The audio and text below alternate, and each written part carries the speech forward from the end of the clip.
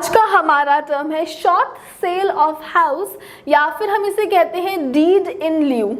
ये एक ऐसी सिचुएशन है जहां पर एक प्रॉपर्टी, जिस प्रॉपर्टी के ऊपर ऑलरेडी मॉर्गेज था, उस प्रॉपर्टी के ऊपर ऑलरेडी लोन अमाउंट था, जब जो बोरोवर है उस प्रॉपर्टी का, जो पर्सन ओनर है उस प्रॉपर्टी का, वो अपनी प्रॉपर्टी को बेच देता है, वो बेचकर भी सारी अमाउंट नहीं ले पाता है जितनी अमाउंट का उसने मॉर्गेज ले रखा होता है बैंक से या फिर किसी और पर्सन से।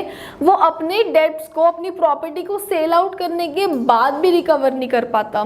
जैसे हम मान लेते हैं कि एक पर्सन है, उसने अपनी प्रॉपर्टी जो है ABC, उस प्रॉपर्टी के ऊपर मॉर्गेज ले रखा है 30 लाख रुपए का।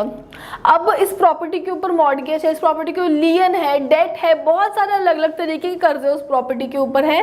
अब इस पर्सन को अपनी प्रॉपर्टी से जो है वो छुटकारा चाहिए, उसको लिक्विडिटी जनरेट करनी है जिससे कि सारे डेप्ट अमाउंट वो क्लियर कर दे। तो जब ये 30 लाख का टोटल इस घर के ऊपर, प्रॉपर्टी के ऊपर मॉर्गेज, डेप्ट, लियन, जिस भी किस्म का हम कह सकते हैं लोन है, जब इस प्रॉपर्टी को वो आगे सेल आउट करता है तो सेल आउट करने के बाद हम कहते हैं उसे, मान लीजिए 20 लाख रुपए सेल में मिल गए। अब आप देखेंगे कि जो इसने सेल करी थी वो 20 लाख रुपए की है, लेकिन जो इस प्रॉपर्टी के ऊपर कर्जा है, डेप्ट है, वो 30 लाख रुपए का है।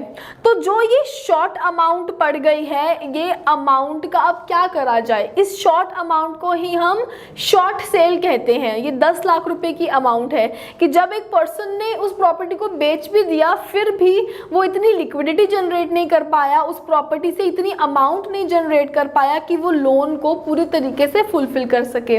तो बस यही था हमारा आज का term, short cell of house.